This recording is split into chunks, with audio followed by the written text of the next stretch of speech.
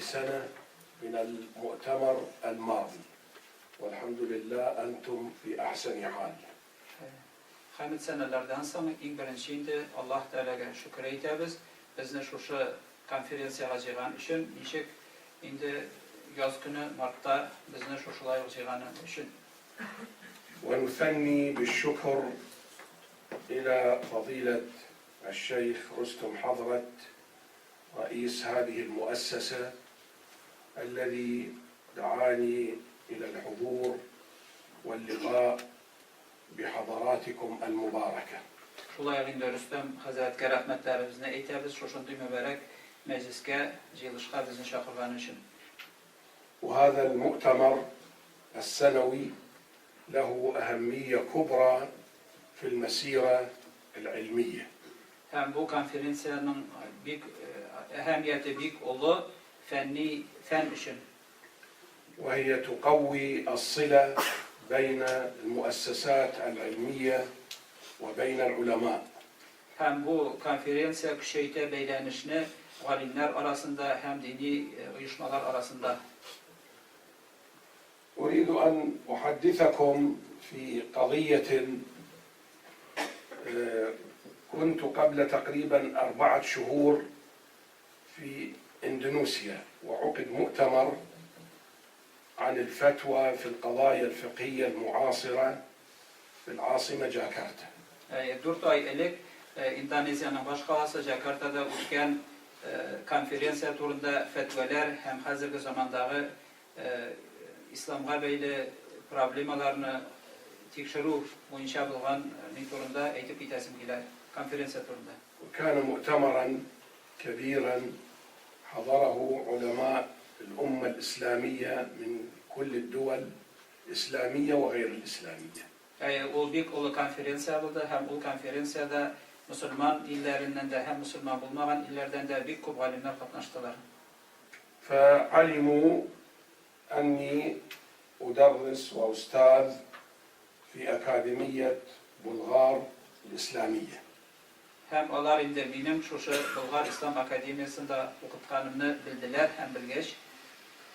وطلبوا مني أن أتحدث عن هذه المؤسسة وعن البلاد التي تحتوي على هذه المؤسسة.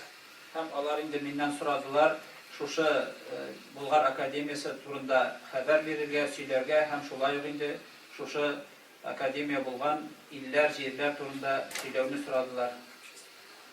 فتحدثت لهم أن جمهورية تترستان وعاصمتها غازان تشهد نهضة علمية كبيرة. Min eğitim deyinde Tatarstan Cumhuriyeti hem şolay indi onun başkalası Kazan büyük ulu ilmi üsüş kişire. والمسلمون رجالا ونساء من التتر يتعلمون في هذه المؤسسات العلمية في تترستان.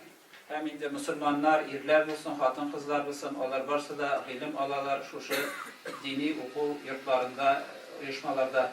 وهناك مدارس ومعاهد وجامعات. Hem indi onda medreseler var, üniversiteler var. وكلها تثقف أبناء المسلمين في هذه البلاد في قضيتين مهمتين، أولا الدين الإسلامي وثانيا اللغة العربية. Hem şu uyuşmalar onlar varsa da iki medeni vazifanı utiler. Birinciden indi onlar dini ilim verirler, ikinciden onlar Arap dilini öğretirler. وأكاديمية بلغار الإسلامية هي آخر هذه المؤسسات التي تستقبل طلاب للدراسات العليا الماجستير والدكتوراه. Hem indi Bulgar Akademiyası şu uyuşmalarının bilim veri uyuşmalarının en yukarısı hem o indi magistratura hem doktorantura ilmin biri. والآن فيها أساتذة كلهم يحملون شهادة الدكتوراه من الدول العربية 4 نحن يدرس الطلاب ومعنا مدرسون محليين آخرين. Hem hazırki vakitte onda dört Garabillerinden de dört doktor, fenler doktoru bulgan galimler ilim bire, hem şulay indi, şuşu Tatarstan'dağı bulgan ulu galimler. وبدأنا نشعر أن الفائدة كبيرة. من أتانا بالسنة الماضية الآن يتكلم العربية جيدا وبدأ يناقش ويسأل ويقرأ. Hem biz indi onun neticelerin şuşu okutunun görəbiz akademiyada. Mesela bultur kilgenler bu yıl indi yaxşığına Arapça söyleşeler, hem bahsleşe sorular bire olalar bir yıl içinde. وبدأوا يبحثون في المصادر ويستخرجون المسائل العلمية. Şulay olar indi şaganaklar bilen işli olalar hazır bu vakti, yani bir masadir Arabiya. والطلاب فيها منوعون من كل نواحي روسيا ومن خارج روسيا أيضا. Hem anda indi türlü şakirtler okuy, Rusya'dan tugul, Rusya'dan şitten kilgen şakirtler de okuylar. فلذلك هم يتعمقون في البحث وبخاصة في الفقه الحنفي. Hem olar indi izlenüler, alıp baralar, fenli izlenüler, hem bigrek de indi Hanefi fiqhı boyunca. ونحن نعلم أن مذاهب أهل السنة والجماعة هي 4 مذاهب فقهية. Bilgenimiz şevitinde sünni mezhepler, olar 4 fiqhi mezhep. والمذاهب العقائدية لأهل السنة والجماعة 2: الماتوريدية والأشاعرة. Hem sünnet hem cemaat ehillerinin, sünnilerinin 2 akadi mezhebi medresesi var. Olar bitinde Aşkariye medresesi hem Maturidiye medresesi. فأول المذاهب الفقهية كان أبو حنيفة رحمه الله. Fiqhi mezheplerinin en birincisi bitinde bilgili bulgan Şaul Abu Hanife rahimahullah uyuşturgan mezhep. ومن بعده الإمام مالك بن أنس في المدينة. Hem ikincisi bitinde İmam Enes ibn Malik hem bu مالك بن أنس الصحابي. Medine şehrinde ul indi uyuşturgan medrese. ومن بعده الإمام الشافعي الذي هو تلميذ عند الحنفية، تخرج من شيوخ الحنفية. Üçüncü zaman boyunca da ul indi İmam Şafii hem ul Hanefi galimlerinin okuşusu buluptur üsiratında. وبعدهم الرابع الإمام أحمد بن حنبل. Hem dördüncüsü indi mezheplerinin başlığından ul İmam Ahmed ibn Hanbel.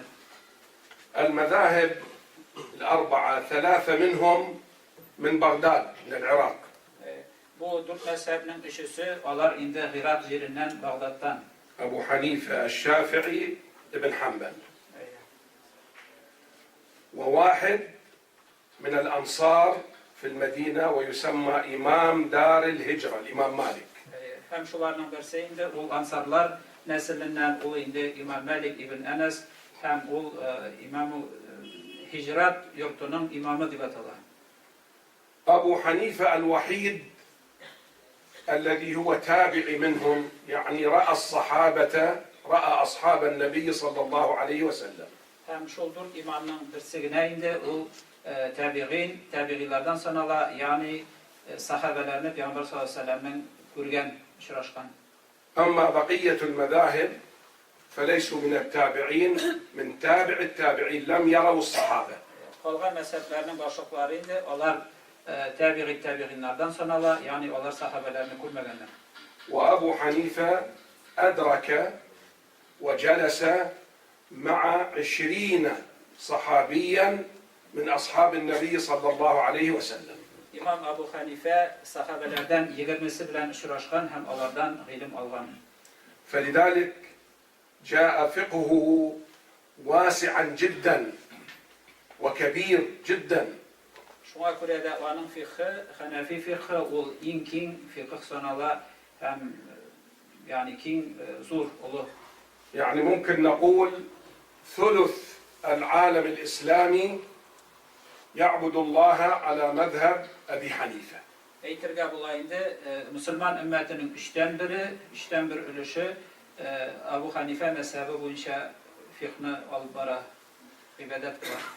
يعني مثلا عندنا في العراق أهل المدن ومنها بغداد كلهم حنفية. Mesela bizleri Irak'ta şehir ehilleri onlar varsa da Hanefi mezhebini tutar. وأما أهل القرى الفلاحين فأكثرهم يعني ليسوا من أهل المدن شافعية. Ama indi avul ehilleri, avul kişileri köpçülük indi onlar Şafii mezhebini tutarlar. فلا يوجد عندنا لا مالكية ولا حنابلة لا يوجد يعني. Bizde indi de Hanbeli hem Maliki mezhebini tutuşular yok değil. Hem indi Hazret o şığışı boyunca Irak'tan, Yordanya Üniversitesi'nden bulsa da şu turda Irak turda. الحمد لله قيام أكاديمية بلغار الإسلامية تبشر بخير وستخرج إن شاء الله العلماء الذين يحملون الشهادات العليا.